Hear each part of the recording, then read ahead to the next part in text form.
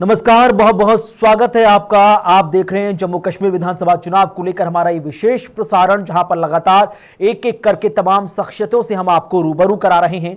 जम्मू कश्मीर विधानसभा चुनाव अपनी बेहद खास मोड़ से गुजर रहा है, जहां पर अब तीसरे चरण का मतदान अपना में बेहद खास है, जहां पर सबसे ज्यादा सीटों पर वोट होने जा रहे हैं। इसी पर चर्चा करने के लिए हमारे साथ भारतीय राजनीति के एक बड़े चेहरे, पूर्व लोकसभा सांसद व शिरोमणि अकाली दल के जनरल सेक्रेटरी प्रेम सिंह चंदूमाजरा जी जुड़ रहे हैं। प्रेम सिंह चंदूमाजरा जी, बहुत बहुत स्वागत, बहुत बहुत शुक्रिया आपका जेके मीडिया से एक्सक्लूसिव बातचीत करने के लिए। जम्मू कश्मीर विधानसभा चुनाव 10 साल बाद हो रहा है और इस बीच न सिर्फ हिंदुस्तान भर के लोग, दुनिया भर की निगाहें इस चुनाव में टिकी हैं। जब हम सबके साथ सबके विकास की बात करते हैं और सभी समुदायों की बात करते हैं, तो सिख समुदाय और यहां पर रहने वाली सिख कम्युनिटी के लिहाज से यह चुनाव कितने निर्णायक मोड़ से गुजर रहा है और 10 साल बाद हो रहा यह चुनाव कितना ऐतिहासिक है अपने आप में।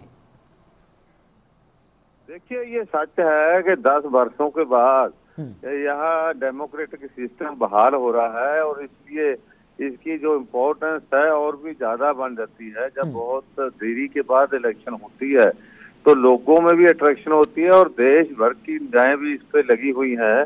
और मैं जो समझता हूँ कि जम्मू कश्मीर जो है ये देश का एक बहुत महत्वपूर्ण हिस्सा है और इसमें जब भी कोई इलेक्शन हो या कोई और बात हो तो सारा देश इसकी ओर देखता है। और मैं समझता हूँ कि आज सिख संप्रदाय के जो लोग हैं वो महसूस करें, जैसे आप कह रहे हैं कि सबका साथ सबका विकास जो मोदी साहब ने स्लोगन दिया था, वो हमारे सिख संप्रदाय में हमारे गुरुओं ने सबसे पहले जो दिया हुआ सर्वत्र का भला, सर्वत्र का भला हम कहते हैं और मानस की जात सब एक के पहचान वो की बात करते हैं।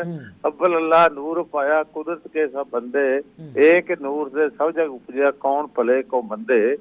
हम जो सवेरे शाम सर्वत्र के भले की बात करते हैं, सब धर्मों का सम्मान करते हैं, मगर जब ये इलेक्शन की बात आती है जो कांग्रेस पार्टी है हमारे सामने जब आती है तो उसकी हमें जो 1983 में विशेष तौर पे कत्लेआम हुआ सिख संप्रदाय के लोगों का, दिल्ली, कानपुर, बोकारो और हमारे श्री अकाल तख्त साहब को फौज से टैंकों से गिराया गया और वहाँ बहुत कत्लेआम हुआ। तो हम कभी भी कर सकता, क्योंकि सिखों की कातल जमात के तौर पे कांग्रेस को माना जाता है। तो सिख का हृदय तड़पता है जब कांग्रेस की बात आती है, जब कांग्रेस का जो वो जुल्म है हमारे सामने आता है। तो इसलिए मैं समझता हूँ कि इस इलेक्शन में भले ही कोई किसी पार्टी को वोट डालता है, मगर कांग्रेस को किसी भी कीमत में कोई सिख वोट नहीं डालेगा, ये मेरा मानना है। ठीक है, और मैं लेकिन कांग्रेस पार्टी तो कह रही है कि नेशनल कॉन्फ्रेंस के साथ जब हम गठबंधन कर रहे हैं तो हर समुदाय के लोगों के विकास के बारे में हम सोच रहे हैं। सिख समुदाय के लिए भी उसने बहुत कुछ सोचा है। इससे पहले की जितनी सरकारें रही कांग्रेस के अलग अलग कालखंड में, या जम्मू कश्मीर के लिहाज से हम पीडीपी की सरकार या नेशनल कॉन्फ्रेंस की या कांग्रेस की उस समय की सरकार को देखते हैं, तो आप किस तरह से देखते हैं, क्यों विश्वास नहीं हो पाता कांग्रेस पार्टी पर? देखिए, कैसे विश्वास करें? कांग्रेस के कालखंड में जो लोग सिखों के कातल थे वो मंत्री बने देश के, उनको मंत्री पद दिए गए, उनको कांग्रेस के पार्टी में हाउस बीयर बनाया गया और वो लोग जो जब वो हमारे कातल हमारी आंखों के सामने घूमते थे और मंत्री पद पे जो बनाए जाते थे तो सिखों में उसका रोष था और सिख उस बात को कैसे भूल सकते हैं? ये कैसे कह सकते हैं कि हम सिखों के साथ इंसाफ कर रहे हैं? क्योंकि 5 मिनट के लिए भी जो सीधे रूप में कातल लोग थे, 5 मिनट के लिए किसी ने पुलिस स्टेशन नहीं बुलाया।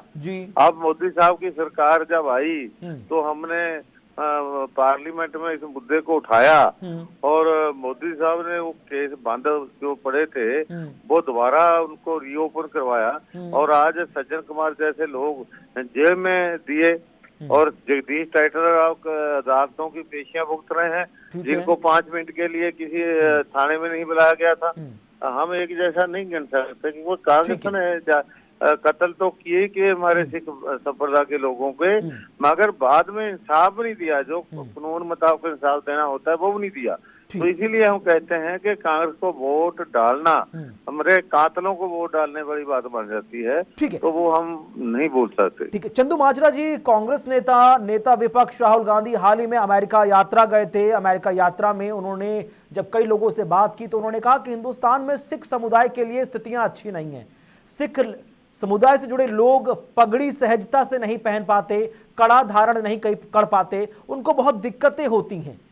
उनके इस बात से आप कैसे इत्तेफाक रखते कि वाकई में इतनी दिक्कतें हैं जो वो कह रही हैं 7 समुंदर पार?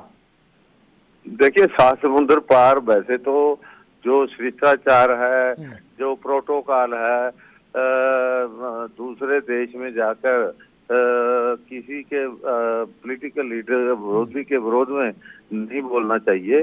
भले ही कोई कुछ करता है नहीं करता है ये अलग बात है।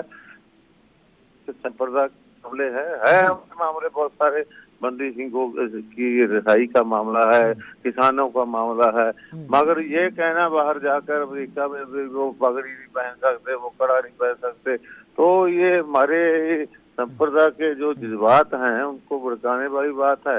विदेश में बैठे लोगों को थोड़ा सा इस किस्म की फीडबैक देकर उनको भड़काने वाली बात भी है। ठीक है, बहुत जगह हमारे जैसे कई जगह हमारे ककारों का मामला खड़ा हो जाता है, उसको सॉर्ट आउट किया जाता है। जहाँ इंसाफ नहीं मिलता तो हम आवाज भी उठाते हैं, या वहाँ ऐसे मामले कई बार चलते रहते हैं। मगर ये टोटलिटी में कह देना कि सिखों को पगड़ी पहनने नहीं जाती या कड़ा पहनने नहीं दिया जाता, ऐसी बात नहीं है कि देश में ऐसा हो चंदू रहा माजरा है। जी, आप इत्तेफाक नहीं रखते राहुल गांधी की बातों का, लेकिन खालिस्तान समर्थक पन्नू बहुत ज्यादा इत्तेफाक रखते हैं।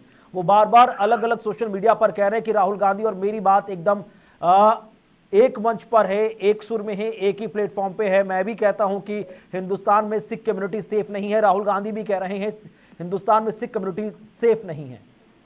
नहीं, वैसे कई बार कोई पार्टी को जैसे मेघालय में हमारे गुरुद्वारे का मामला आ गया, जहाँ कहीं और जगह ऐसी बातें आ जाती हैं, वो इक्का दुक्का जगह आती है, उसको हम सॉर्ट आउट करते हैं।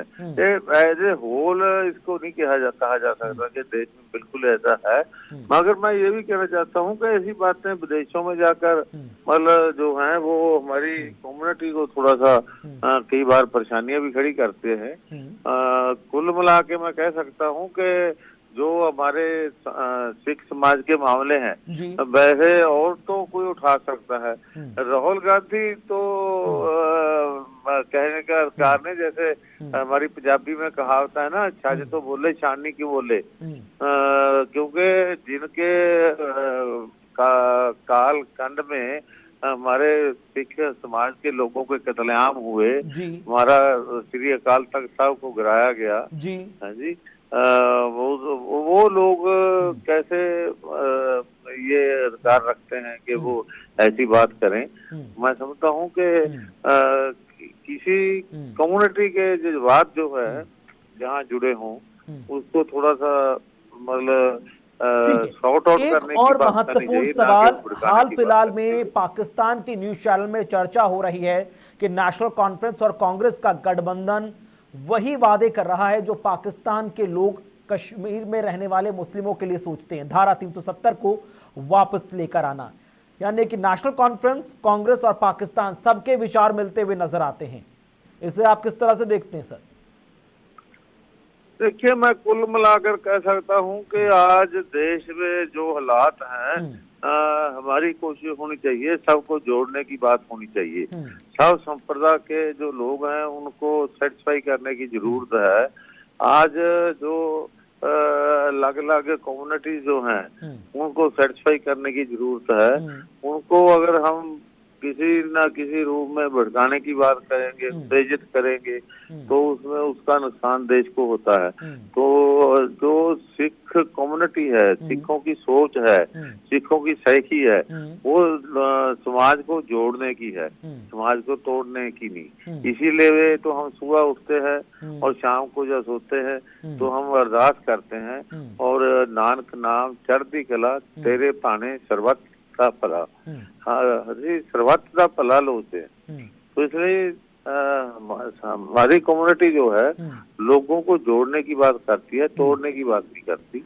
तो आज जरूरत है सब धर्मों का सम्मान करने की बात, और इसीलिए हम धर्मों का कहते हैं सम्मान करने कि की सर जब हमारी जरूरत है, कम्युनिटी के आपकी साथ बात जायज है। केंद्र डिस्क्रिमिनेशन की होता है सरकार तब भी हमें यही इतराज होता है कि एक सार ही कानून बरतना चाहिए, किसी के लिए और किसी के लिए और वो नहीं होना चाहिए। ठीक है, और कुछ वही बात केंद्र की मोदी सरकार भी कह रही है, सबका साथ, सबका विकास और सबका विश्वास।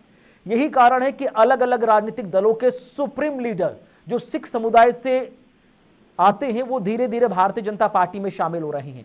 चाहे बात हम पंजाब के पूर्व मुख्यमंत्री कैप्टन अमरिंदर सिंह की हम बात कर लें, सुनील जाखड़ की हम बात कर लें, दिल्ली कांग्रेस नेता अरविंदर सिंह लवली की हम बात कर लें, या रवनीत सिंह बिट्टू की बात कर लें, जो मौजूदा वक्त में केंद्र सरकार में एक अहम पद पर भी हैं। इसे आप किस तरह से देखते हैं? देखिए, ये कुदरती तौर पे है, जब किसी पार्टी की ओर से किसी को रिस्पेक्ट दी जाती है और उसका सम्मान किया जाता है तो वो उसको अच्छा ही माना जाता है। अब मैं यहाँ देख रहा हूँ डॉक्टर नरेंद्र जी हैं, डॉक्टर नरेंद्र जी को यहाँ टिकट दी गई है जम्मू में। तो सिख समाज के लोग किसी पार्टी में हो, किसी तरफ हो, पहले उनकी पॉलिटिकल सोच कोई भी हो, वो डॉक्टर नरेंद्र जी के साथ जुड़ गए, क्योंकि वो सोचते हैं कि एक सिख संप्रदाय के लोगों को में से किसी को टिकट दी है। हमारे बलविंदर सिंह हैप्पी है, वो चोन लड़ना चाहते थे, वो चोन छोड़ के नरेंद्र जी रैना जी के साथ आ जुड़े कि सिख समाज के किसी व्यक्ति को अगर बीजेपी ने टिकट दी है तो इसकी सपोर्ट करनी चाहिए। हम संत महापुरुषों के पास मैं गया, बाबा मंजीत सिंह जी के पास, वो भी ये सोचते हैं कि जो एक सिख समाज के किसी नेता को अगर टिकट दी है, पार्टी का सवाल नहीं, आज हमारे समाज का सवाल बन गया, आज हमारी पगड़ी का सवाल बन गया, तो इसलिए इसकी सपोर्ट करनी चाहिए। तो मैं समझता हूँ कि अगर कोई सम्मान मिलता है जी और मान मिलता है तो कुदरती तौर पे वो लोग उस पास तौर पर चले जाते हैं। अब आखिरी महत्वपूर्ण सवाल, फिर उसके बाद सर इजाजत लेंगे। नो डाउट आपका बहुत बिजी शेड्यूल है आजकल। सिख समुदाय जब जम्मू कश्मीर विधानसभा चुनाव में लोकतंत्र के तहत जमहूरियत के जश्न में भाग ले रहा है तो किन मुद्दों को ध्यान रखे? देखिए, मैं समझता हूँ कि यहाँ कश्मीर को जैसे अलग अलग पहले बांटा गया, कहीं धर्म के नाम पे, कम्युनिटी के नाम पे, वो नहीं होना चाहिए। सब लोगों को इकट्ठे होकर एक मानवता के आधार पे, मनुष्य कदर कीमतों की आधार पे, और एक जो इस क्षेत्र के विकास के तौर पे इकट्ठे होकर तोड़ने की बात होनी चाहिए, इसको बांटने की बात नहीं होनी चाहिए अलग अलग जातों में या धर्मों में, बल्कि जोड़ने की बात होनी चाहिए ताकि हम इस क्षेत्र का विकास कर पाए।